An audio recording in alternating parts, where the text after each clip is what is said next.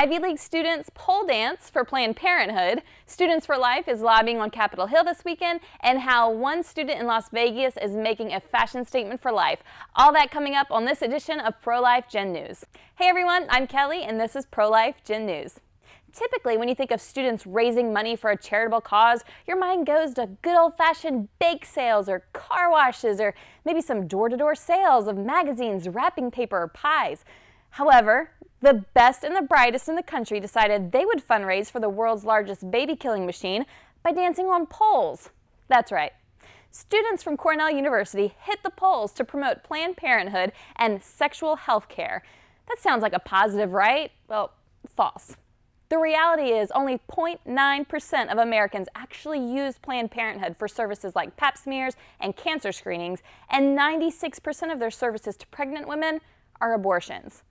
This stunt was an interesting nod in the direction of the sex industry, which is rife with abuse, something Planned Parenthood loves covering up in order to keep those expensive abortions coming in. In D.C. this weekend, Students for Life of America will meet with key legislators to support Senator Joni Ernst and Mike Lee's Cradle Act, an initiative that will allow young families to pay themselves out of their own Social Security in exchange for them delaying their Social Security down the line per month they take.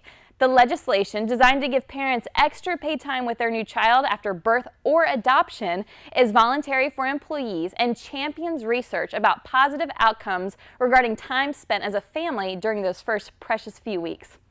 And more positive student news out of Las Vegas, where Students for Life's own Angelique Clark officially launched her fashion line called Life Dress this month.